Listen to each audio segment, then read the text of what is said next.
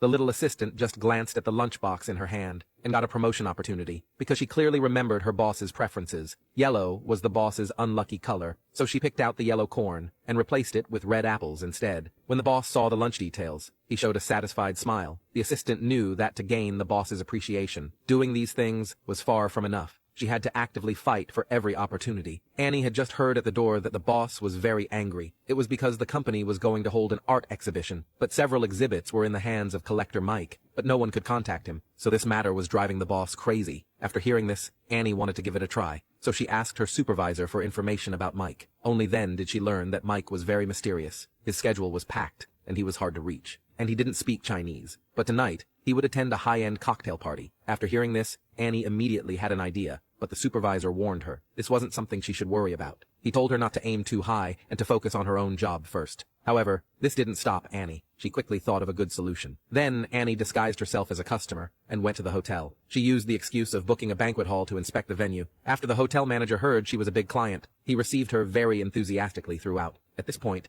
Annie wanted to go upstairs to check, but was stopped, because without an invitation, she couldn't get in. So the manager took her through the staff passage. This way, Annie successfully entered the cocktail party. Then, she found an excuse to go to the restroom. She quickly took out the prepared items from her bag, and quickly did her makeup. The hotel manager soon sensed something was wrong, and called her. But Annie explained that she didn't see him when she went out earlier, so she left first. But there were many people at the cocktail party, and she didn't know Mike. She could only search one by one, just when Annie was at a loss. She accidentally overheard the conversation of waiters behind her. They were going to bring water to Mike, so Annie followed the waiters. Sure enough, she really found Mike. Annie warmly greeted him and introduced her purpose in fluent English, but unexpectedly, he spoke French. Before Annie could finish her introduction, she was interrupted by a girl passing by. Hearing how the girl addressed the man, only then did Annie realize she had mistaken him for someone else.